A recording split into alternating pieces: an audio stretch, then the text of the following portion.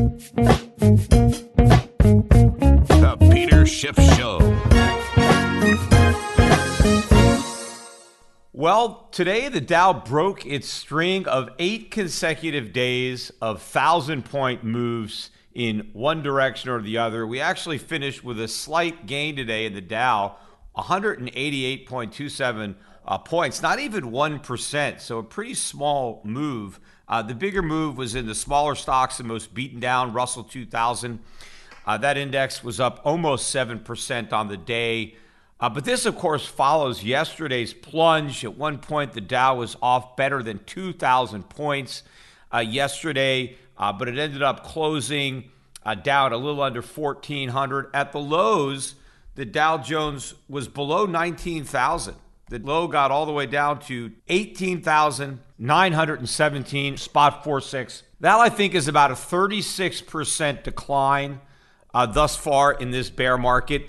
At the lows, the Russell 2000 was actually down by 44%. I read something today that something like half the stocks are now down 50% off their highs or something like that. So this bear market is already very brutal, and it's really only gotten started. But if you really want to know the truth, the bear market has been going on for about 21 years.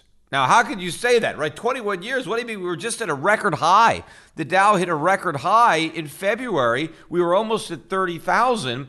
How could we be in a bear market? Well, if you want to measure the price of the Dow in terms of real money, which is something that we really should be focused on now more than ever, in 1999, priced in gold, which is real money, the Dow was worth 42 ounces of gold.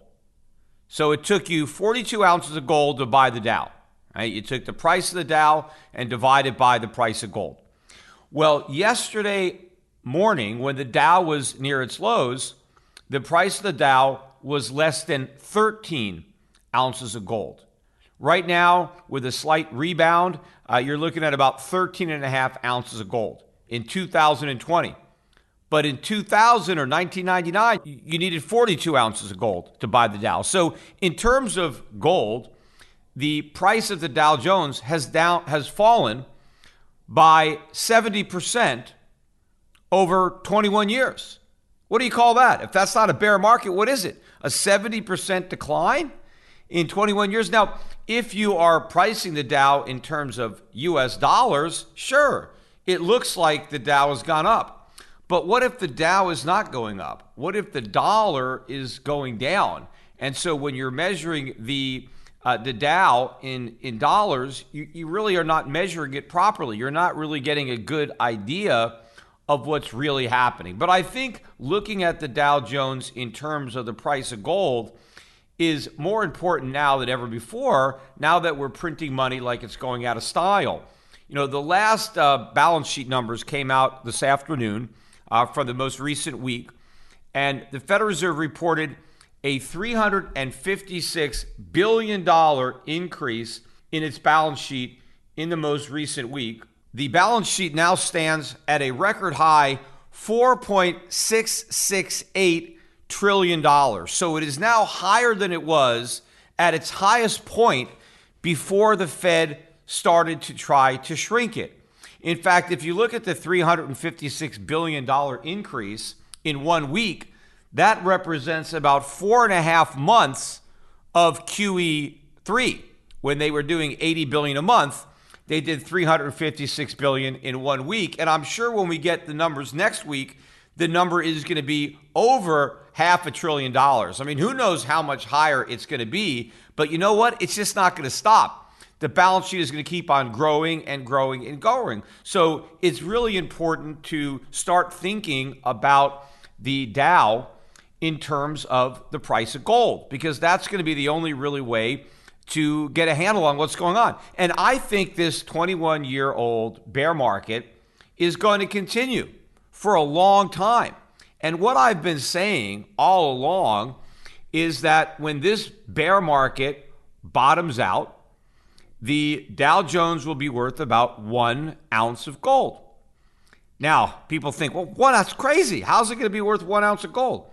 Well, if you look at the two most significant stock market bottoms that we've had, really, following the longest bear markets, you had the 1932 crash from 29, where the Dow was at about 20 ounces of gold at its peak in 1929, and it bottomed out at about 1 ounce of gold in 1932. Then we had the Dow peaking in 1966 at about 20 ounces of gold, similar to the 1929 peak. And then it bottomed out in around 1980 at about 1 ounce of gold, right? Where the Dow and gold were about $800 each, $800 for gold and an 800 Dow. So I think the same thing could happen again. And maybe it won't get all the way to 1-to-1. Maybe it'll get to 2-to-1. It's hard to say. But I think 1-to-1 is a reasonable target given the amount of money that we're about to print and the fact that I think as an economy, the U.S. is in far worse shape than it was in the 1930s or the 1970s. So if we could go down to 1 ounce of gold back then, I see no reason to believe why we can't do that again. Now, it doesn't really matter where the two meet. What matters is that they meet. So they could meet with the Dow Jones going down. They could meet with the Dow Jones at 10,000 and gold at 10,000. Now, that's not that unrealistic. I mean, we already moved from 30,000 to 19,000. We're right at 20,000 now. Could we go back to 10,000? Sure, we could.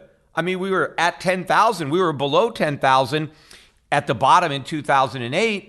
Now, there are many stock markets around the world that have already retraced the entire rally since 2008. So they're back where they were when the Dow was under 10,000.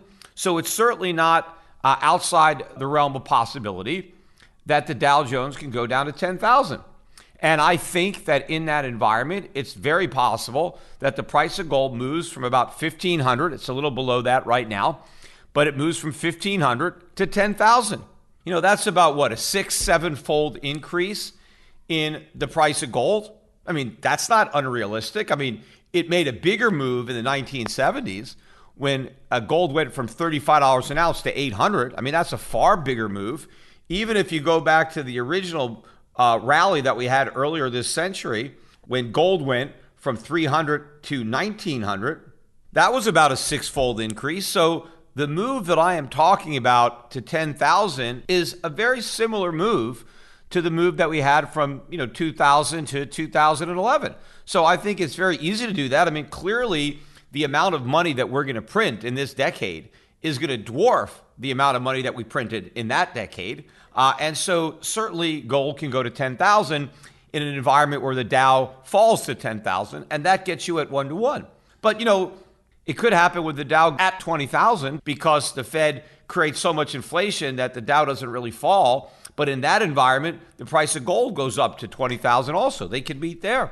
Or it's possible that the Dow can go to 50,000 because we have hyperinflation, but gold goes to 50,000 too, right? And then they're 1-to-1.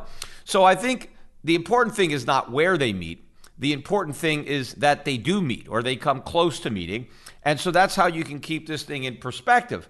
Now, a lot of people think, why isn't the price of gold already soaring, right? Why is the price of silver down around $12 an ounce? I mean, if it's going to go way up, why isn't it already going way up? And again, I think what's happening right now is more about a rush to liquidity among the bigger leverage investors around the world. You're having all kinds of problems in the credit markets, in the bond markets. People are really squeezed for cash because the economy is shutting down and businesses are shutting down. And so people are selling everything. I mean, they're not really thinking this through. They're not trying to make decisions based on the long term. They're just trying to raise the cash that they need in the short run. So you're seeing a lot of selling pressure in metals in that market, but you're not seeing it in the retail market, right? I mean, we have a company, Shift Gold, and our sales are picking up. We're actually getting a lot of sales. And in fact, so are a lot of other gold dealers all around the country. I bought for myself this morning some more silver rounds, 1 ounce silver rounds. I wanted to have more of those. And so I bought some this morning. And I had no problem buying them. I mean, I could lock in the price and I could buy them.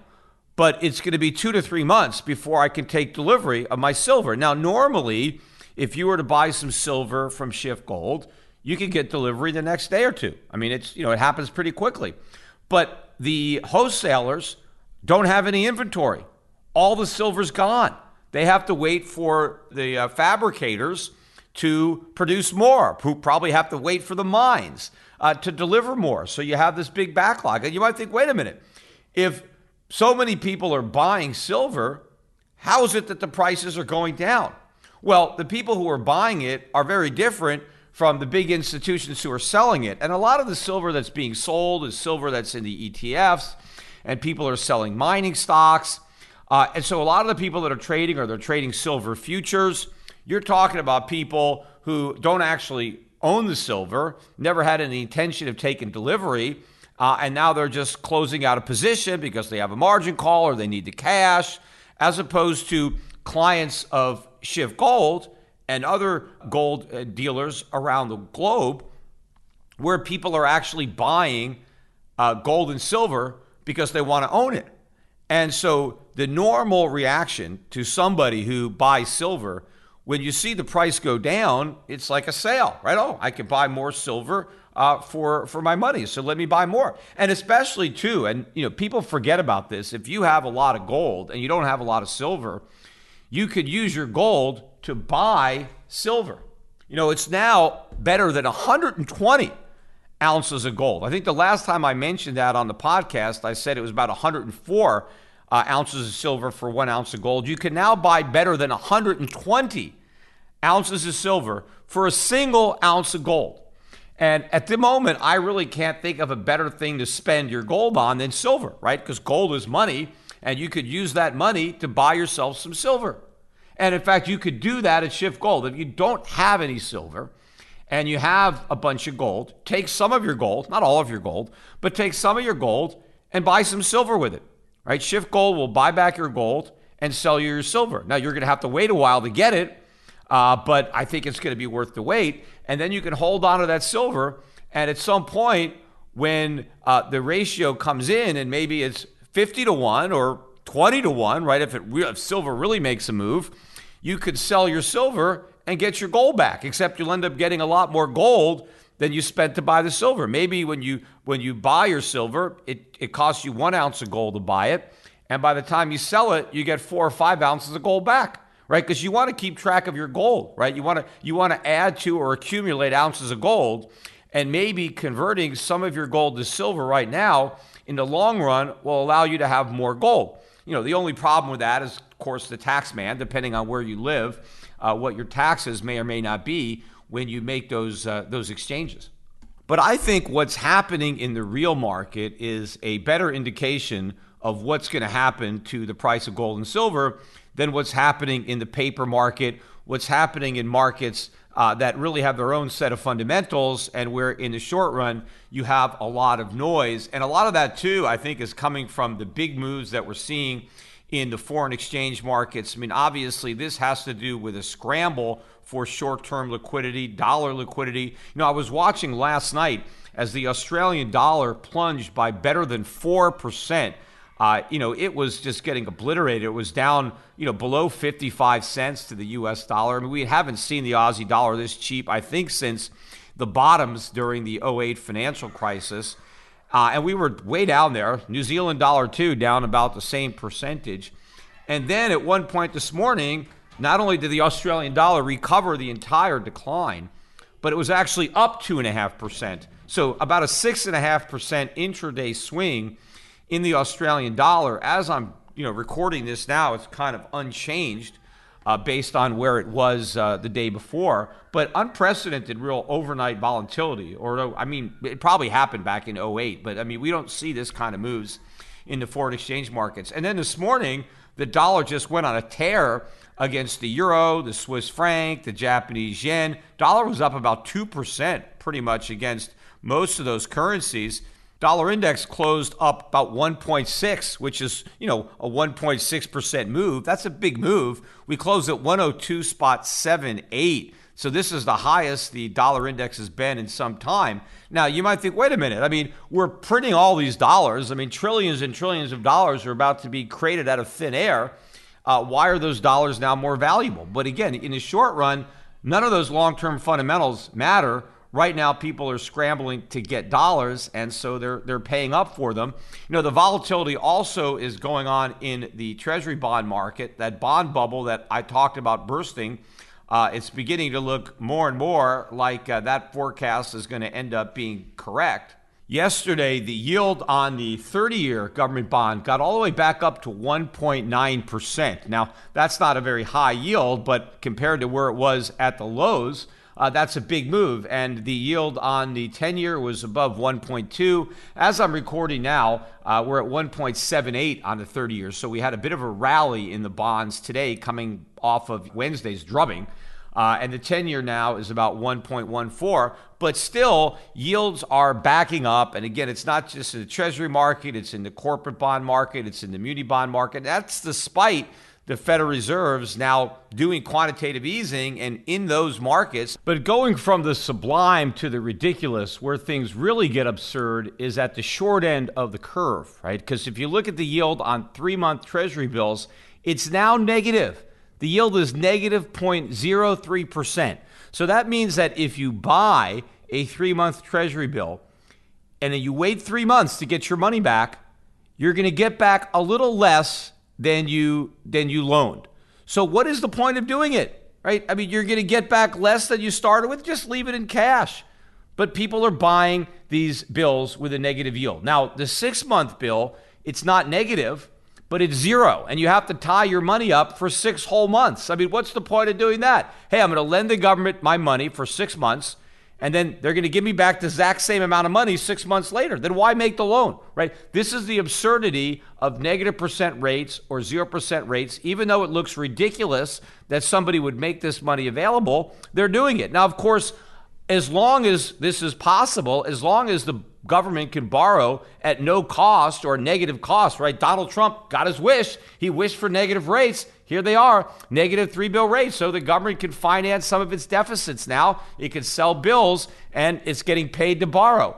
And obviously when this is happening, this makes a lot of this debt seem viable, except nothing that can't go on forever will go on forever. And what happens when these yields really start to spike? Because eventually that's exactly what's going to happen. And in fact, most recently, the Federal Reserve announced that it has now got a special facility to bail out money markets, because without the Federal Reserve bailing out the money markets, a lot of these money market accounts would actually break the buck.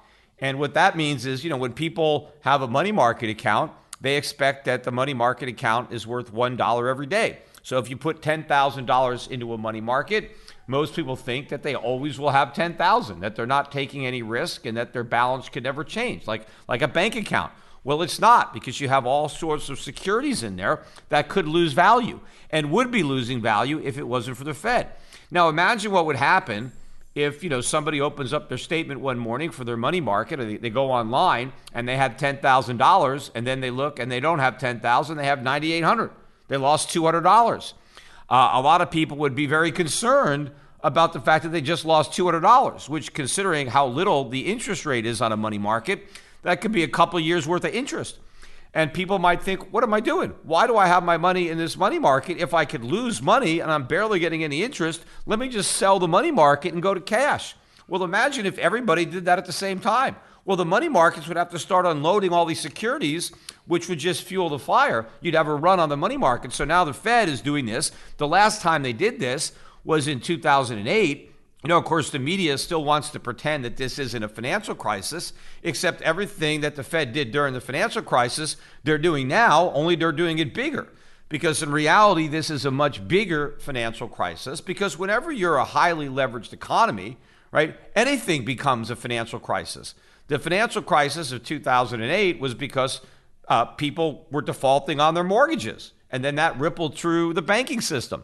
Well, more people are defaulting now. We are having bigger defaults industry-wide. than we had in 2008. In fact, I did a podcast not too long ago about the bailouts because I saw Trump's speech, and in his speech, he was asked whether or not he would support a bailout for the airlines. And he said, well, probably. They haven't asked me, but if they ask me, sure. It's an important industry. We need that industry.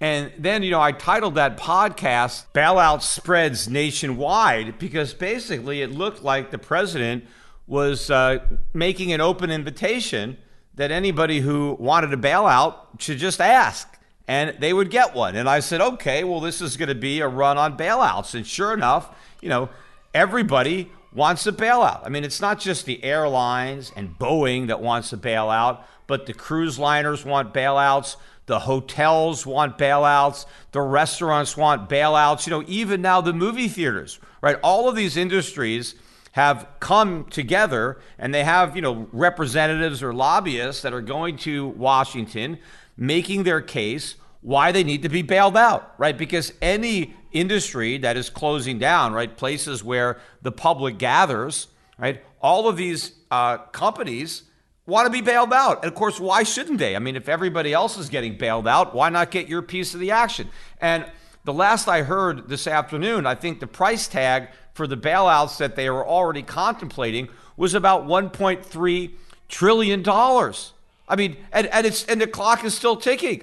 Every company is going to get a bailout. And of course, how do we know how long this whole thing is going to last, right? How many bailouts are they going to need? How long is the nation going to be on lockdown or shutdown? I don't know, right? And what if the coronavirus doesn't go away? And then what if it does go away and then it comes back? What if it's here, seasonally every winter and we have to keep closing down? We're going to continuously provide bailouts to all of these companies. This is where we're going.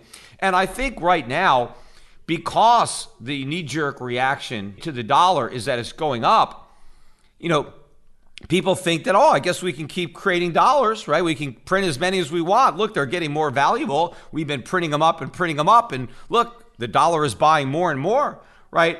They have no idea what ultimately is going to happen when the dollar comes crashing down. The fact that everybody thinks that the bailouts and quantitative easing worked when the Fed did it and the government did it in 2008, this basically created a real moral hazard and a real problem, because now everybody thinks that that's the correct policy. People forget that it was supposed to be temporary, right? They have short memories. And the Fed was supposed to be able to shrink its balance sheet and normalize interest rates. Obviously they never were able to achieve anything that they promised. And Ben Bernanke was in fact monetizing debt. If you didn't know that when he denied it on Capitol Hill, you got to know it now. That's what he was doing. But people just think that there's no negative consequence because they think it worked, right? We had the longest recovery ever. We had the longest bull market ever, right? A record-breaking bull market. And that was because we did the bailouts and we did the quantitative easing. And so now we can just do even bigger bailouts. We can do even more quantitative easing, because if it worked back then doing even more of it now should work even better. Except it won't. Because again, the reason it worked the first time is because of the fact that everybody believed it was temporary. Everybody believed that there was an end and they could reverse policy. Nobody is going to believe that now, right? So the moral hazards were not only that we bailed everybody out, which means that everybody expected to get bailed out again, right? Had we let some of the industries fail in 2008 and had not set that precedent, then we wouldn't be bailing out so many industries now.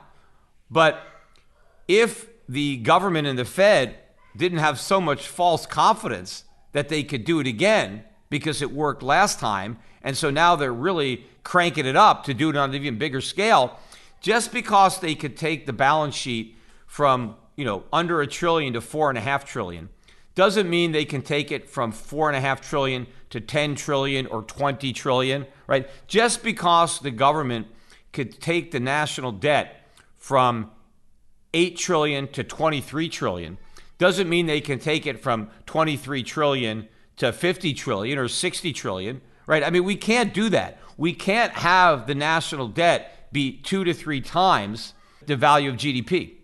And you got to think about what else is going on at the same time. Because when we did quantitative easing the first time, not only was the Federal Reserve buying U.S. Treasuries, but U.S. Treasuries were being bought all around the world. The Japanese, the Chinese, the Saudis, right? Everybody was loading up on U.S. Treasuries back then. That's not going to happen now. See, the whole world is in trouble, right? The whole world has the coronavirus, and everybody is putting people on lockdown, and businesses are shutting down, and other countries are also trying to stimulate their economies and bail out their economies. So what's going to happen is all these countries that are sitting on piles of U.S. Treasuries, right? They're going to be cashing in those IOUs or just not rolling them over, right? When their short-term Treasuries expire, they're going to need the money, right? They need the money for their own economies. They don't want to lend the money to us. They need the money themselves, right? They had surpluses in the past, but now there's this emergency. So the Japanese, instead of rolling over Treasuries, will just let them mature. Same thing with the Chinese or everybody else. The Saudis obviously don't need as many treasuries. They don't have big surpluses anymore with $25 oil. By the way, oil, I think, had a record-breaking day today as far as percentage gain. At one point, I saw it up about $6 a barrel. But that's because we were coming off of yesterday's collapse where oil was around $20 a barrel. So today we closed up 482 at 25.62. But we got as high as actually 28 at one point. So it was even higher than I thought. Yesterday it closed at like 20 and a half. So even though it's a huge percentage gain, you're still only talking about $25.50 oil approximately. So, OPEC nations are not going to have a bunch of money to loan to the U.S. government with oil prices this low. So all of these other countries are going to be sellers of U.S. Treasuries. And in addition to monetizing the massive deficits in the United States to pay for all the bailouts and the stimulus, they're going to have to monetize that. But there's going to be another big seller of U.S. Treasuries that's going to compete with the government and foreign countries, and that's the Social Security trust funds, quote unquote trust funds. I mean, they're not really trust funds, but the Social Security funds own trillions of dollars worth of U.S. Treasuries. And right now, even before, rather, the coronavirus, when everybody was still working, the Social Security was running at a slight deficit, meaning they weren't quite collecting enough in payroll taxes to cover the cost of current Social Security benefits. So the trust funds were dragging down a little bit.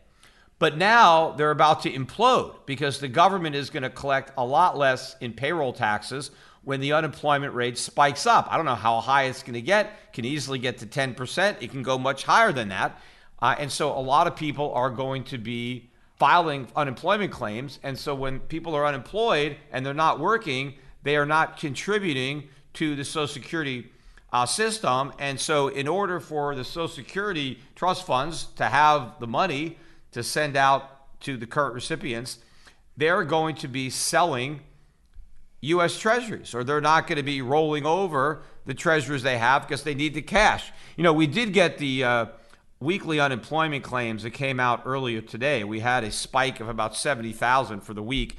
Right now we're at 281,000 claims, but I think this is just the tip of the iceberg. I think we're going to see much, much bigger increases. And I just read an article last week that in 3 days during the week, I think Connecticut alone, during 3 days, there were 20,000 new unemployment claims filed. And Connecticut's a small state, and that was just 3 days.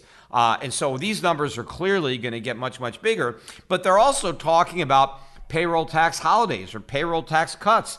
And I'm pretty sure, we're going to get that. As I said in an earlier podcast, this is going to be an auction for whoever can give away the most free stuff. This is an election year. Donald Trump is now behind in the polls. He's, not the favorite anymore. He was the favorite. He's now the underdog.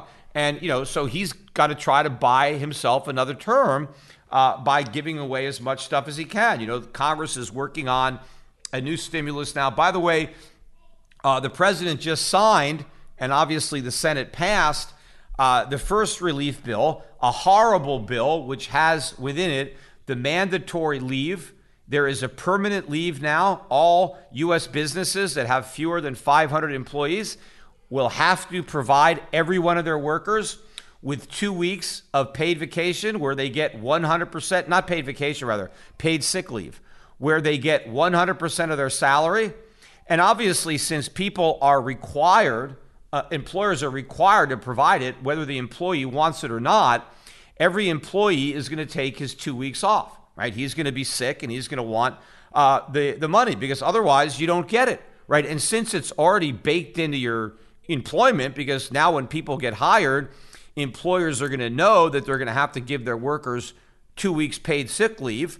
They're going to have a lower base pay to cover that cost. And so every worker is going to take the 2 weeks off, whether he's sick or not, right? Who knows? I mean, because otherwise you're just throwing away your money. So I think it's really just 2 weeks of paid vacations. I mean, maybe you get sick, and maybe you don't. I mean, there are probably people that are pretty healthy that don't get sick that often, that don't need 2 weeks. And I'm sure a lot of people can stagger them. I think a lot of people are going to be using their sick days, on Monday mornings, because they just want 3-day weekends, or Fridays because they want a 3-day weekend on that side. I mean, that's what people are going to do. But, this simply increases the cost, right? It's just another employment cost. It's another obstacle, another barrier to entry, another reason to hire fewer employees or to not hire any employees at all. And also what is in this bill is the family leave, where you get up to 3 months with 2/3 of your pay, just because your kid is not in school and you want to stay home and take care of them. Well, now you could do that for 2/3 of your pay, which for a lot of people is a pretty good deal, especially if they had, transportation costs to get back and forth to work and they were eating lunch in a restaurant. It's cheaper maybe to have it at home. So to get 2/3 of your salary but never have to leave your house, a lot of people prefer that to work anyway, especially if they, have a mundane job that they really don't like doing and they're just constantly waiting for, quitting time. But this is another burden. Small business owners are going to have to cover these costs, and they may not have the ability to do that. So this is not a good bill. I'm surprised that so few Republicans voted against it. No Democrats voted against it. That doesn't surprise me. You only had, I think, 8 Republicans that voted against the bill, and of course the president signed the bill. And again, he talks about deregulation. He wants deregulation. Well, this is a regulation, right? This is the government telling businesses how they have to compensate their employees. You must pay your employees for 2 weeks of sick leave, whether you want to or they want to. We don't care about your own, deal that you make. We're going to get in between the employer and the employee, and we're going to dictate that this is something that you need to offer. And I'm sure that they're just going to increase this. I'm sure there's a lot more mandates that are going to be added on during this crisis. As I said, the government never raised the crisis, and this is a crisis. I mean, Donald Trump says he's a wartime president, and this is a war. And my father used to tell me all the time, America lost every war that it ever fought. And the reason that we lost every war is because we entered the war with less freedom than when the war started, because the government takes advantage of the wartime environment to pass legislation that increases the size of government and increases taxes that during peacetime they could never pass. But once you're at war, then you pretty much get away with anything. I mean, I don't think any of the Republicans who voted for this mandatory paid leave, I don't think they would have voted for it but for the coronavirus. But once we have the coronavirus and there's an emergency, and now so many Americans, are not at work, and so many people would immediately see a check, because remember, this is being imposed now retroactively. So employers and employees didn't know about this when they started their relationship. So it wasn't negotiated as part of the salary. And so now all of a sudden the government comes in and mandates something. And in fact, you even get paid retroactively. If you were staying home and taking care of your kids for the last week or two, now you're going to get paid. Even if you weren't going to get paid before, you get paid now.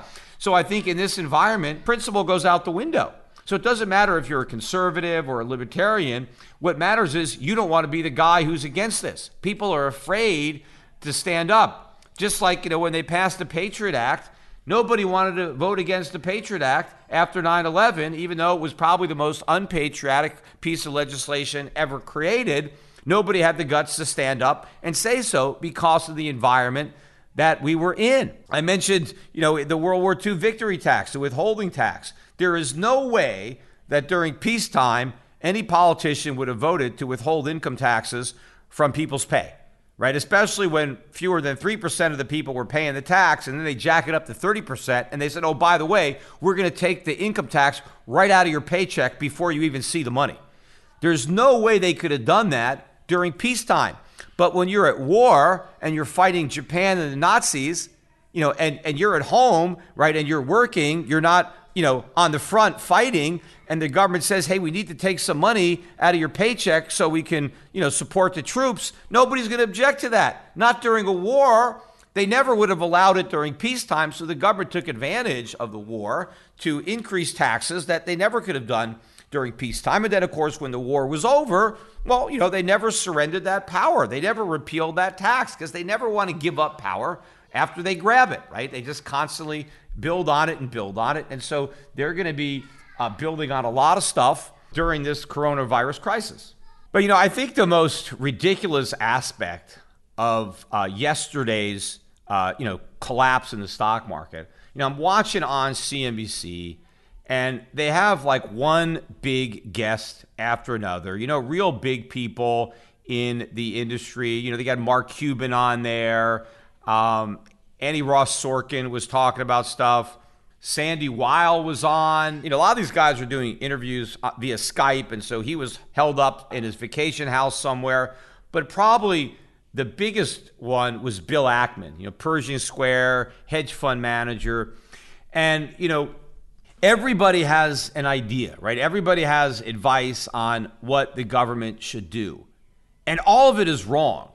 But the most amazing thing about it is that nobody sees the consequences. I mean, Bill Ackman was very upfront about his concerns about what's going to happen to the economy, about all these companies going bankrupt. I think he specified Hilton Hotels, but a lot of companies are going to go bankrupt if they don't get bailed out. And so therefore, we need to bail them out. And it doesn't really occur to him the reason that all of these companies are on the verge of bankruptcy is because they have so much debt. And the only reason they have so much debt is because of the Fed policy that he wants to continue. And if we bail them out, we again establish or reinforce the precedent that if you fail, you're going to get bailed out. And, I know just by listening to what we're having, listen to what the president is saying, you have the Democrats controlling Congress, and all of these bailouts are going to be disastrous for the companies that get bailed out because they're going to have to agree to conditions that are going to make them uncompetitive and inefficient and basically make them permanent wards of the state. The politicians are saying that they don't want to bail out management or the shareholders. They really just want to bail out the workers. And so they want to make sure that in the future, these companies operate for the benefit of the workers, really, not the shareholders. So what's the point of bailing them out if they become socialist cooperatives, run for the workers? I mean, this is going to be a complete disaster. As I said on the other podcast, it's much better to let these companies go bankrupt.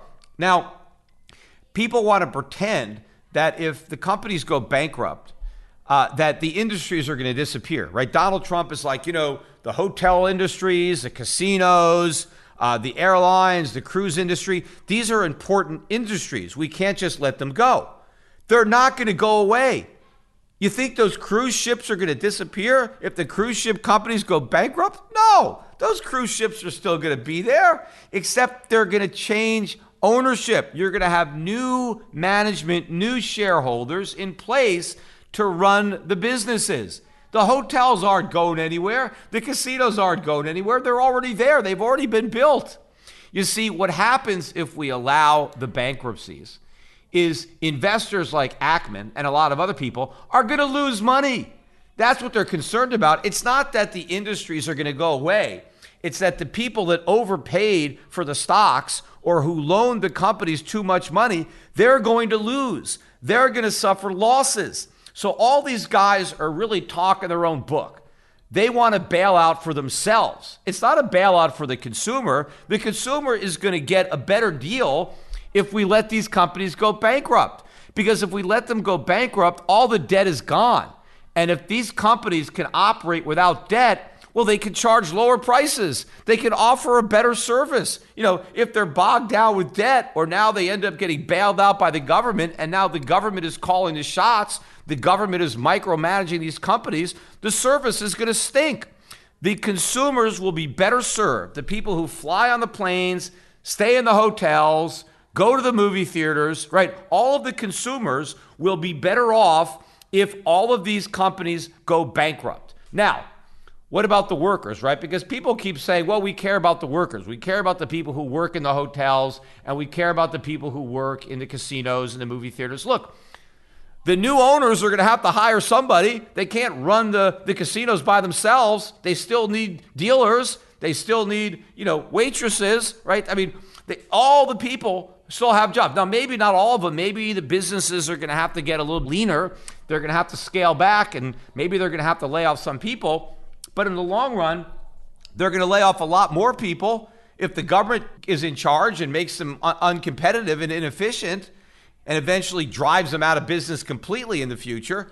So it's actually better for the workers as far as the number of jobs that are ultimately, maintained.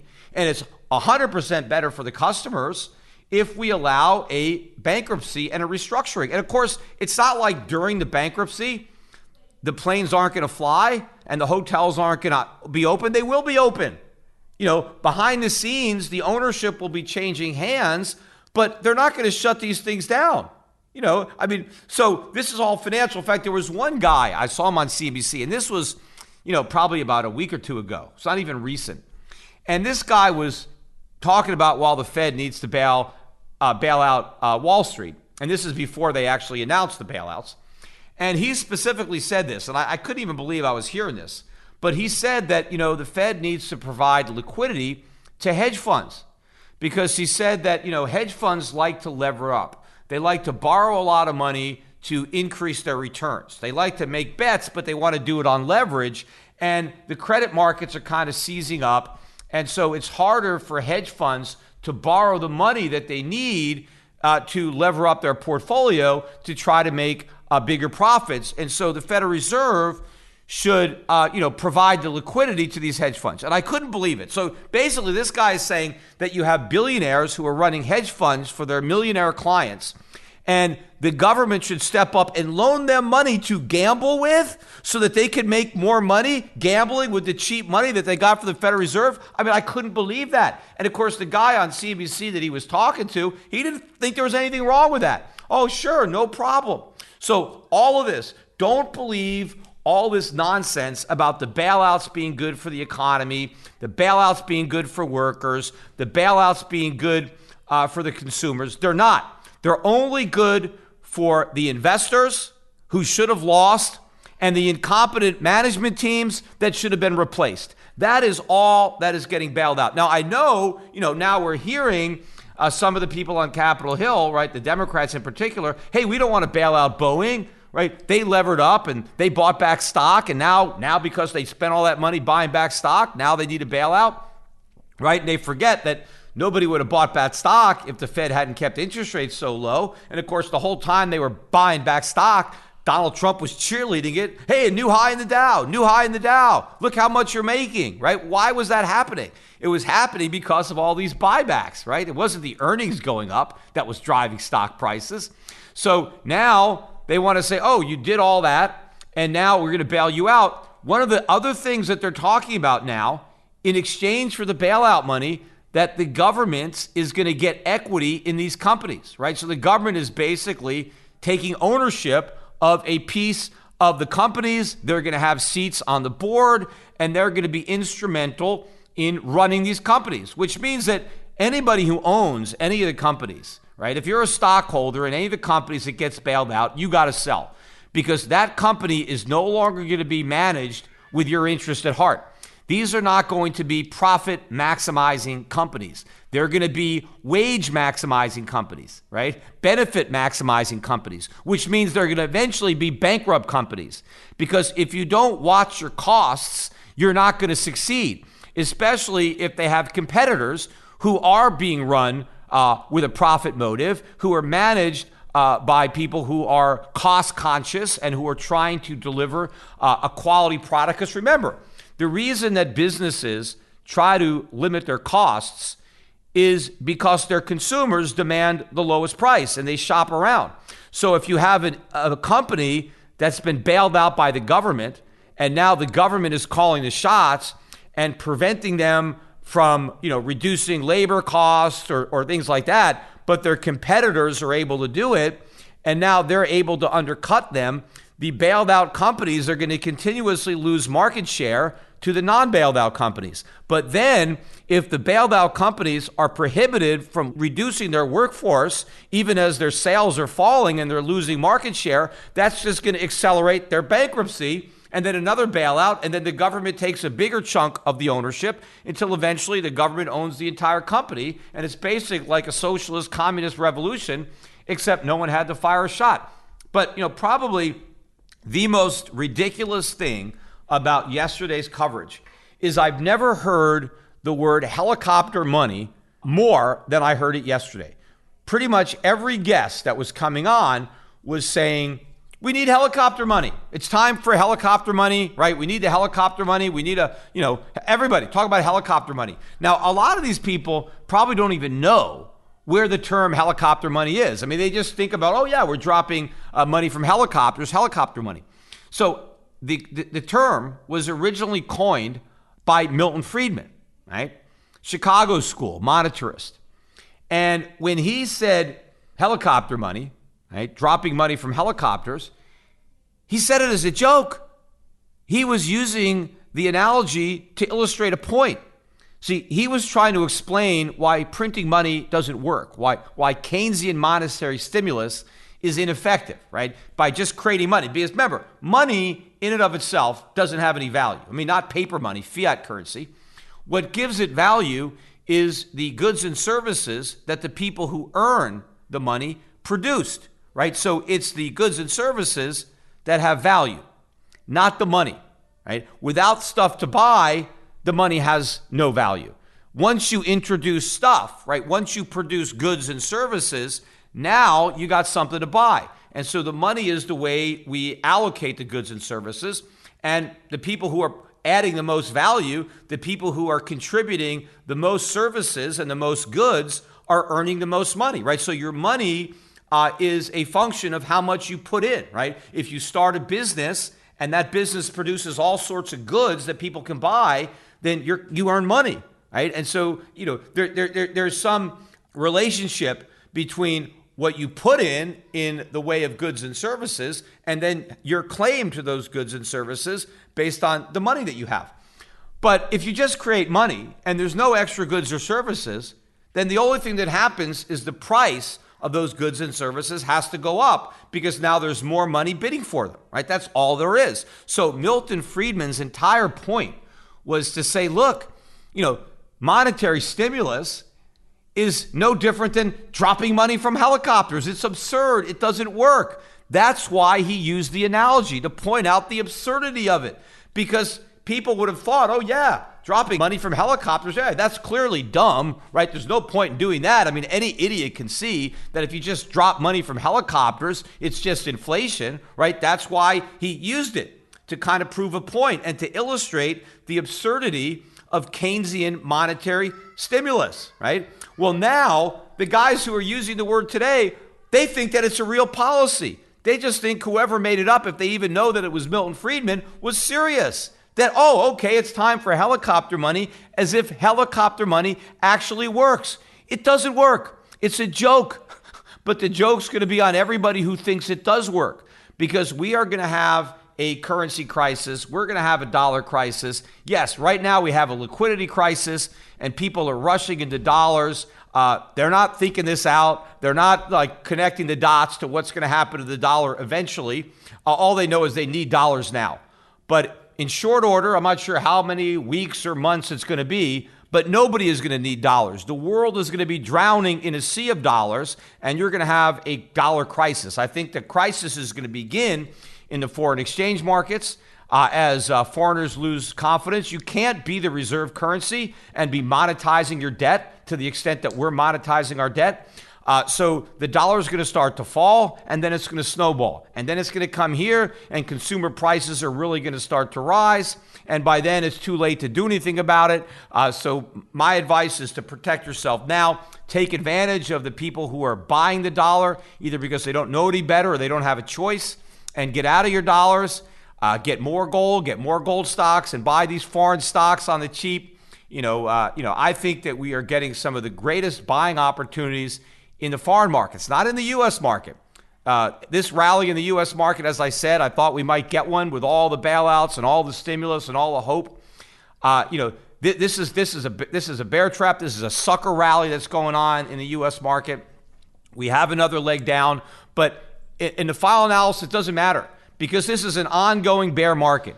21 years in the making, 70% decline, as I said, in terms of gold, and we got a long way to go to the bottom.